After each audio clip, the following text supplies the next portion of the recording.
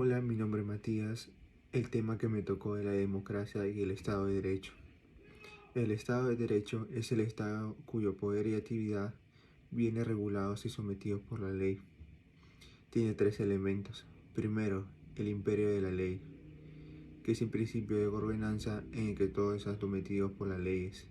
Estas leyes son cumplidas a todos por igual. Segundo, la separación de poderes, que es el principio funcional de la democracia y son el poder ejecutivo que se encarga de hacer que la política de gobierno se lleve a cabo a nivel nacional y reglamentar ciertas normas emitidas por el gobierno para la aprobación de la ley. El poder legislativo se encarga de legislar y ejecutar control político para asegurar que las autoridades estén cumpliendo con su labor. Y el poder judicial, que se encarga de administrar la justicia para garantizar la defensa de los bienes y derechos de los ciudadanos. Este poder político es para no dañar la libertad de los ciudadanos. Y por último, respetar los derechos fundamentales que toda persona tiene que realizarlo. La democracia es una herramienta política para evitar el abuso del poder que le es natural a todo gobierno. Aplicando estos conceptos al caso, el taxista no respetó el derecho a la vida al menor, ya que lo impactó con un desarmador, acabando con su vida. Frente a esto, el encargado de resolver el caso es el Poder Judicial, que se encarga de administrar la justicia y tomar la decisión mediante las leyes establecidas. Este poder político de gobierno condenó al taxista y dio la orden a la policía para que los trasladen a la prisión.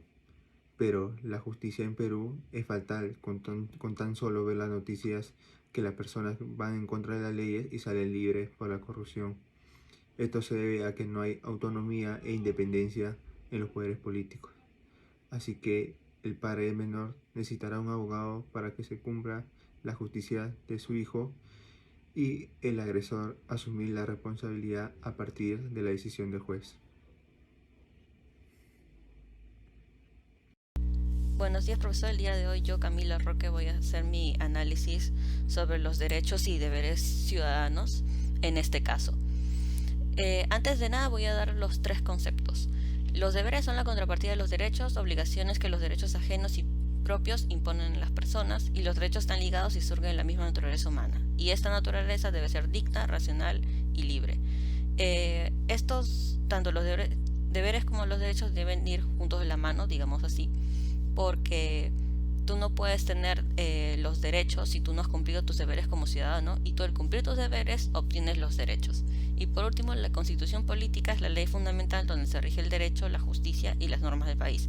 Si menciono esto es porque he hecho un análisis de cuáles artículos se cumplen y cuáles no en este caso. Los que no se cumplen vendría a ser el artículo 2, inciso 1, que es el derecho a la vida, inciso 22, que es el derecho a la paz, y el artículo 24H, que quiere decir que nadie debe ser atacado con violencia física, moral o psicológica. Y esto se puede evidenciar en el momento en donde el taxista atacó al chico con un desarmador. Los tres incisos que he mencionado no se cumplen por parte del taxista, pero el 24H tampoco se cumple por parte del menor, ya que éste insultó al taxista antes de que éste atacara con un desarmador. Sin embargo, se cumple el artículo 2, los incisos 23, el derecho a la defensa, y el 24F, que es el derecho a que nadie puede ser arrestado a menos de que se hayan pruebas de que hayas cometido un delito, ¿no? Y esto se evidencia desde que la policía atrapó al taxista hasta cuando le dictan la sentencia preventiva. Gracias. El pluralismo depende mucho de lo que es el principio de tolerancia y a su vez también se define lo que es en el respeto. Y por otra parte, Adela Cortina define que el pluralismo moral es compartir unos mínimos morales de justicia y que en ello están los mínimos éticos, es decir, que se refiere a la exigencia de justicia y sobre todo lo que es a considerar el respeto a cada persona, a su vida y su integridad. En este caso lo podemos apreciar de la siguiente manera.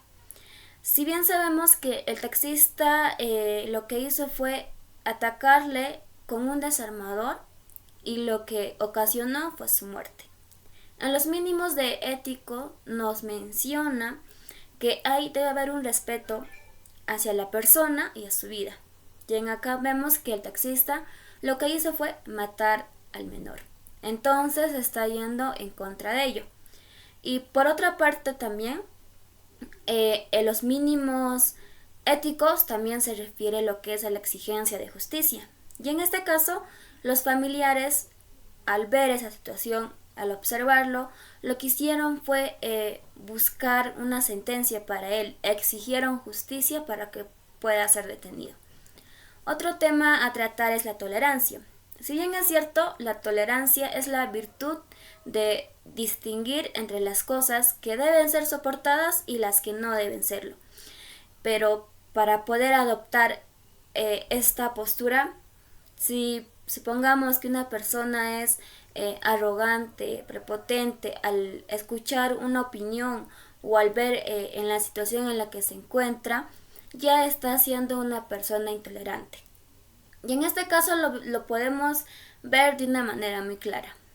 El menor fue quien le reclamó al taxista por lo que ocasionó. Y en aquí el taxista fue una persona intolerante, porque no supo comprender la situación y ya él lo que hizo fue actuar de una manera tan prepotente hasta le llegó a causar la muerte. El respeto se define como reconocer el derecho a la otra persona, es decir, se tiene consideración y atención al otro. Es la base fundamental para una convivencia sana y pacífica. El diálogo es la plática entre dos o más personas que interactúan entre sí exponiendo sus ideas y opiniones. Está comprendido por un emisor y un receptor, que van alternándose progresivamente entre ambos individuos. El análisis, que es la aplicación de esos conceptos que he mencionado al hecho, a la situación. En primer lugar, no hubo respeto entre el taxista y el joven. Si hubiese habido respeto entre ambos, el joven no le reclamaría al señor bruscamente y el taxista no impactaría el desarmador en la cabeza del joven. Es decir, si hubiese habido respeto, hubiera existido un diálogo pacífico y nadie resultaría herido. El joven no hubiese muerto. En segundo lugar, la ausencia de diálogo se puede observar en la actitud y desempeño del taxista, puesto que en vez de entablar una conversación con el joven, procede a golpearlo en la cabeza con el desarmador.